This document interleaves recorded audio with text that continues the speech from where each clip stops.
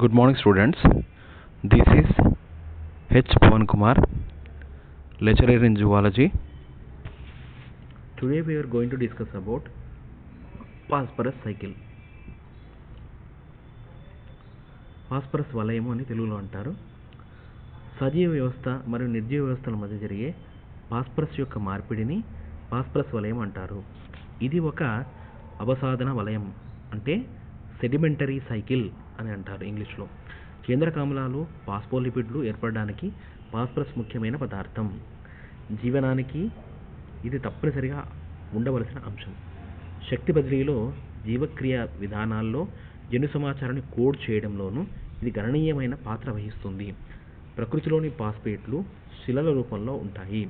శిలలు విచ్ఛిత్తి చెందినప్పుడు ఫాస్ఫరస్ ఇసుకలో కలుస్తుంది. మొక్కల వేర్ల సహాయంతో ఫాస్ఫేట్ అయాన్లను గ్రహిస్తాయి. మొక్కల్లో ఇది జీవపదార్థ అంశాలైనటువంటి DNA, RNA, AMP, ADP, ATP, GTP, NADP మొదలైనవి ఏర్పడడంలో ప్రధాన పాత్ర వహిస్తుంది. ఆహారపు గొలుసు ద్వారా మొక్కల నుంచి శాకాహారులకు, వీటి నుంచి మాంసాహారుల దేహంలోకి ప్రసరణ చెందుతుంది. ఎక్కువైన ఫాస్ఫేట్లు జంతువులు విసర్జక పదార్థాల ద్వారా బయటకు విసర్జిస్తాయి. పక్షి విసర్జించే గువానోలో అధిక మొత్తంలో ఫాస్ఫేట్ ఉంటుంది. అడవులు మండినప్పుడు వృక్షాల నుంచి ఫాస్ఫరస్ ఇసుకలో కలుస్తుంది.